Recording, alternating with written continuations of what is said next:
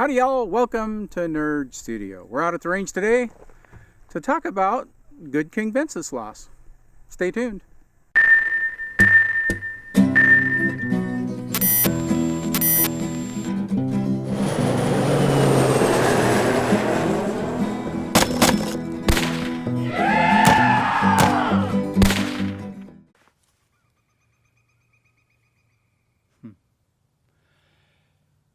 Good King Wenceslas is one of my all-time favorite Christmas carols. Now, you may not be familiar with the title, but I bet you know the melody.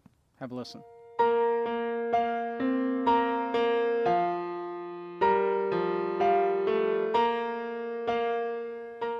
Sound familiar? I'm taken with this song for a bunch of reasons, and it's over the years it's sort of become meaningful to me around Christmas. It just says so much, and I just thought I'd take some time to share it with you.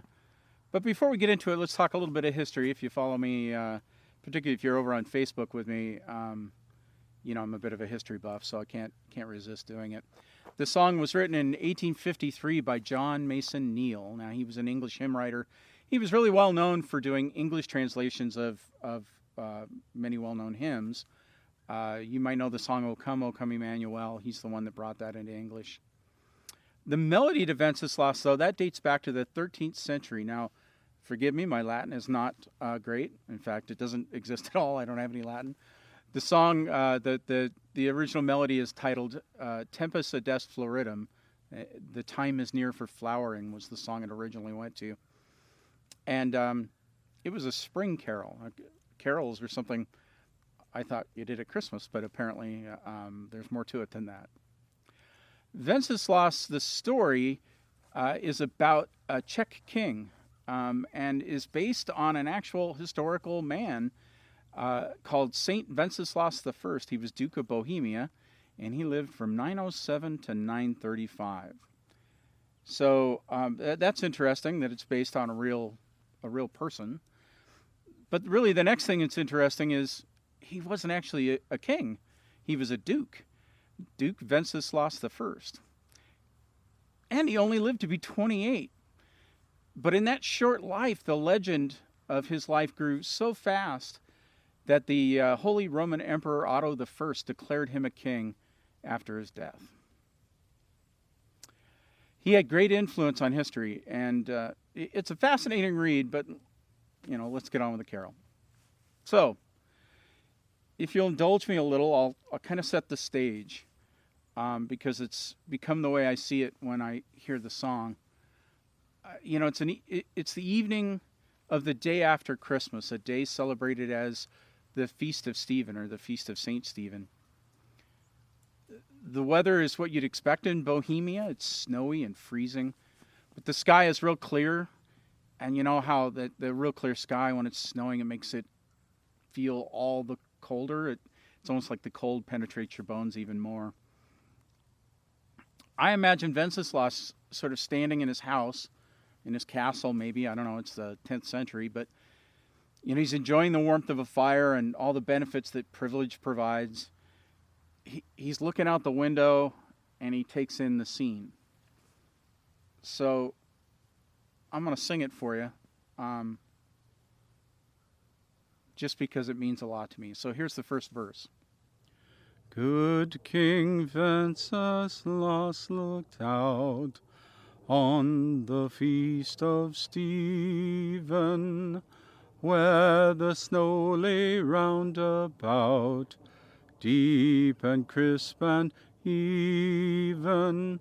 Brightly shone the moon that night, though the frost was cruel, when a poor man came in sight, gathering winter fuel.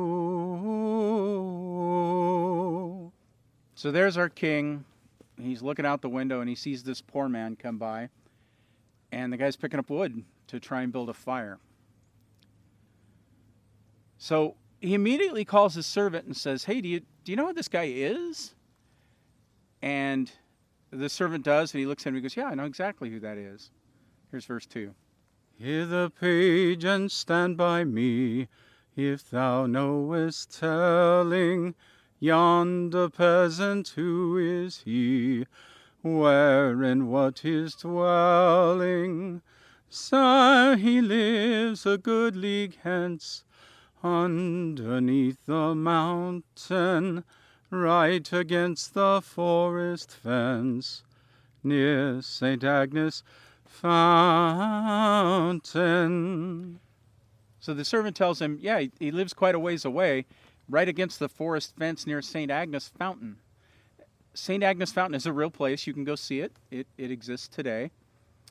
And the king says, well, look, go get some meat, get some wine, and get some wood, and we're going to go out and we're going to make sure this man is fed and warm. And they head out into that winter night. Here's the next verse. Bring me bread and bring me wine. Bring me pine logs hither. Thou and I shall see him dine, when thee bring them thither. Page and monarch, they went forth they went together, through the cruel wind's wild lament, and the winter weather. To me, that last line in this verse, through the cruel wind's wild lament and the bitter weather, just it says so much. It's what paints the picture for me in this song. So the two of them, they head out and they're marching through the snow, and the cold is too much for the servant. The page, he starts to falter, and he tells his master, he said, well, I don't think I'm going to make it. And the king says, look, tuck right in behind me. We're going to be fine. You're going to be just fine. We're going to get out and we're going to help this guy. So here's the next verse. Sire, the night grows colder now, and the wind blows stronger. Fails my heart, I know not how. I can go no longer. Mark my footsteps, my dear page. Tread thou in them boldly. Thou shalt find the winter's rage freeze thy blood less coldly. So he says, mark my footsteps, my dear page. Tread thou in them boldly. So he tells him, tuck in behind me and just put your feet exactly where mine fall. And if you'll do that, you'll be fine. So now we get kind of the lesson of the story and the Christmas miracle, right? Let's hear the next verse. In his master's steps he trod, where the snow lay dinted. Heat was in the very sod that the saint had printed. So, good Christian men, be sure, wealth or rank possessing, ye who now shall bless the poor, shall thyselves find blessing. So there we go. There's our page. He tucks in behind his master and he starts laying his feet right in the spot where his master had stepped, and heat starts to radiate up from the ground and warm the page so that he can complete the journey. And then, the lesson, of course, at the end, that it doesn't matter how much you have, how much wealth or rank, how important you are. If you will bless the poor, you will find blessing.